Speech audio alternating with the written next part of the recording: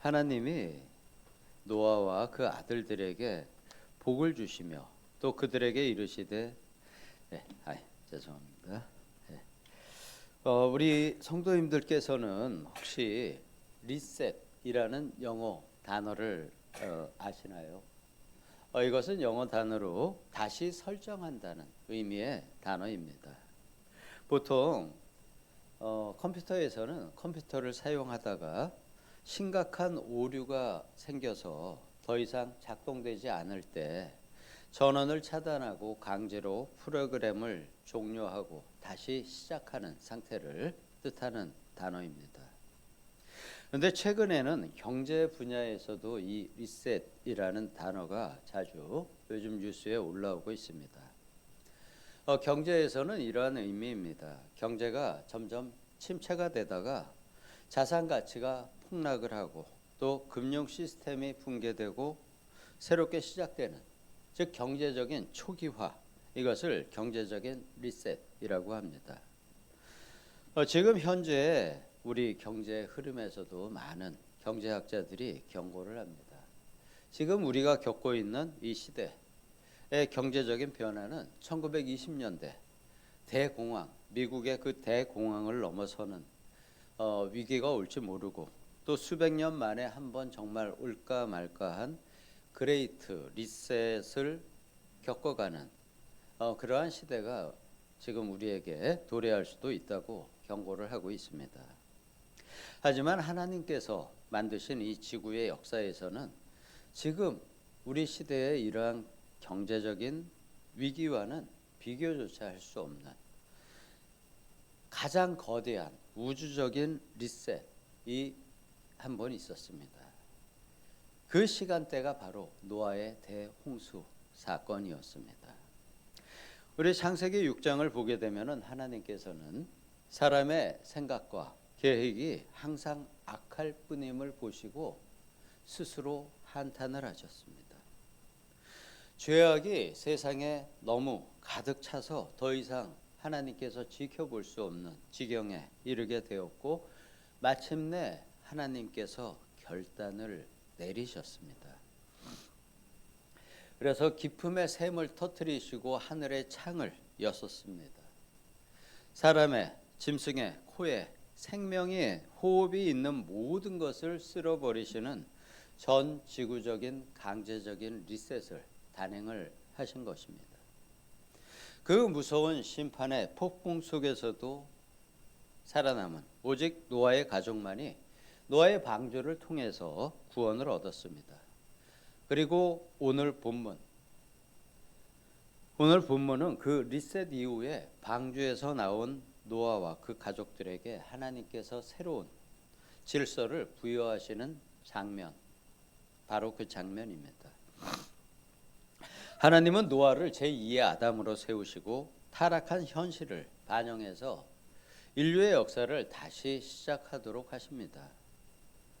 홍수의 심판이 지나간 후에 방주에서 나온 노아와 그의 가족들이 이제 마주한 새로운 세상, 그들이 방주에 들어가기 전에 세상과는 다른 변화된 세상을 맞이하고 있는 것입니다. 이제 1년 동안 지속이 된 물의 심판은 끝났습니다. 그리고 노아가 방주를 나와서 발을 디딘 그 땅은 아담이 거들었던 그 에덴 동산과는 전혀 달랐고 그들이 방주에 들어가기 전에 땅과도 달랐습니다. 이제 죄로 인한 상처가 그 땅에 남아있고 자연 환경은 이제 많이 거칠어지고 많은 자연재해를 그들은 맞이하게 됩니다. 이때 하나님께서는 노아에게 인류의 역사를 다시 시작하는 새로운 헌장을, 새로운 말씀을 주십니다. 오늘 말씀 안에서 변하는 세상 안에서도 그래도 변치 않으시는 하나님의 은혜를 발견하시고 또 삶에서 누리시기를 축복합니다.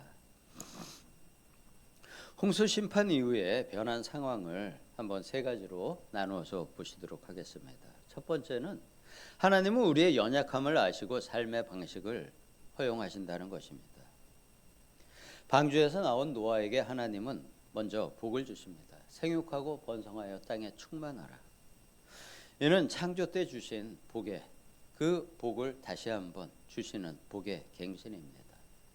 하나님은 심판을 저주로만 끝내지 않으시고 이렇게 다시 복을 주심으로 시작을 하십니다.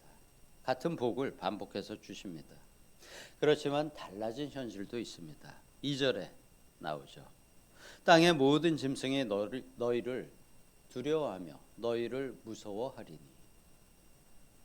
창조 당시에 평화로운 공존, 사람과 짐승 간에 이제 공존은 끝이 났습니다. 여기서 표현하는 두려움, 무서움, 이것은 강한 공포를 의미합니다. 우리는 항상 세상을 살면서 또 사람들 사이에서 아니면 자연 앞에서 두려움과 공포를 느끼게 되죠. 제가 배를 자주 탄 적이 있었는데요. 배를 타고 망망대해로 나가게 되면은 그 바다를 보면서 아름다움과 더불어 그 바다를 지켜보면서 두려움이 많이 엄습을 합니다. 정말 그 끝이 없이 보이는 바다 안에서 작은 배 위에 그 바다를 바라보면서 느끼는 그 아름다움과 두려움. 하나님은 바로 그것을 자연만이 아닌 모든 짐승과 사람 사이의 사회에서도 그것을 주신 것입니다. 인간 스스로 죄로 인해서 받은 벌의 하나가 되는 것입니다. 이렇게 죄가 들어오고 홍수의 심판 이후에 피조 세계의 질서는 이제 힘이 능력이 되고 서로 잡아먹는 그러한 질서로 변질이 되었습니다. 약육 강식의 시대가 시작이 된 것입니다.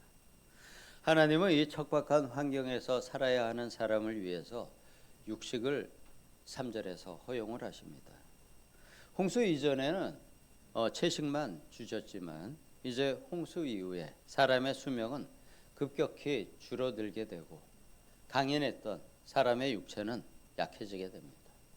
아마 하나님께서는 약해지는 그 사람의 육체를 보존해 주시기 위해서 동물성 단백질을 섭취하도록 배려하신 것일지도 모르겠습니다. 첫 번째는 이렇게 하나님께서 우리의 삶의 방식을 다르게 주셨습니다. 그리고 두 번째, 하나님은 생명의 존엄성을 피와 형상으로 지켜주십니다. 육식을 허용을 하고 약육강식을 허용을 하셨지만 그 육식 안에서 또 다른 금지 명령을 한 가지 주십니다. 고기는 그 생명되는 피채로는 먹지 말라. 히브리 유대 사상에서 생명은 피와 동일시됩니다. 피를 먹지 말라는 것은 생명 그 자체는 인간의 것이 아니라 사람의 것이 아니라 하나님의 것임을 천명하는 것입니다. 생명은 하나님의 것임을 너희가 인정하라는 당부입니다. 에덴에서 하나의 금지 명령을 주셨듯이 육식 허용에도 역시 하나의 금기 사항을 주셨습니다. 그것은 생명을 중시하라는 것입니다. 동물의 피를 그렇게 생각하신다는 것은 사람의 생명에 있어서는 더욱 중요시 하심을 의미합니다. 그래서 하나님은 살인을 엄격히 금지하셨다는 의미가 됩니다. 모든 사람들이 하나님의 형상으로 지음을 받았기 때문입니다. 우리 한 사람 한 사람 모두가 하나님의 형상을 가지고 있고 그 형상을 여전히 하나님은 존중하시기에 사람을 서로 해치지 말라는 것입니다. 하나님의 형상을 손상하지 말라는 것이죠. 비록 사람이 타락했을지라도 하나님은 우리 안에 있는 그 하나님의 형상을 포기하지 않으셨고 서로 존중하라는 것입니다. 그렇기 때문에 사람을 해치는 것은 곧 그를 지으신 창조주 하나님을 공격하는 것과 같습니다. 어떤 사람을 비방하는 것은 하나님의 형상인 하나님을 비방하는 것과 마찬가지라는 것이죠. 오늘날 생명을 경시하는 세상 속에서 우리는 모든 사람에게 새겨진 그 하나님의 형상을 항상 바라보아야 합니다. 우리가 바라보는 이 교회에서 우리 공동체 안에 있는 우리의 이웃만이 아닌 세상에서 죄 속에 살아가는 그 생명 안에도 역시 동일하게 하나님의 형상이 있다고 말씀하시는 것입니다. 그래서 우리는 모든 사람들에게 새겨진 그 하나님의 형상을 바라보면서 생명을 존중하는 생명의 파수꾼이 바로 우리가 되어야 합니다. 그리고 세 번째로 하나님은 심판의 활을 거두십니다. 노아의 홍수를 통해서 세상에 관영했던 그리고 또 앞으로도 그 이후로도 이어질 그 사람의 죄에 대한 심판의 활을 이제 거두십니다. 그 증거로 언약의 무지개를 하늘에 띄워 주셨습니다. 하나님은 다시는 내가 물로 심판하지 않겠다고 선언을 하시면서 그 증거로 구름 속에 무지개를 두신다 하셨습니다. 그런데 이 무지개라는 단어, 이것이 의미하는 깊은 뜻이 있습니다. 우리에게는 그냥 무지개, 그러면은 아름답게 하늘에 떠 있는 아치 형상의 아주 아름다움을 주는 하늘의 형상이죠. 그런데 히브리어에서는 이 단어가 케셰트라는 단어인데요. 이것의 원래 의미는 활, 둥그런 활을 의미합니다. 하나님께서 거대한 활을 하늘에 걸어 놓으신다는 의미인 것입니다. 그런데 이 활의 방향이 좀 이상하죠. 하나님께서는 이런 말씀을 하신 것입니다.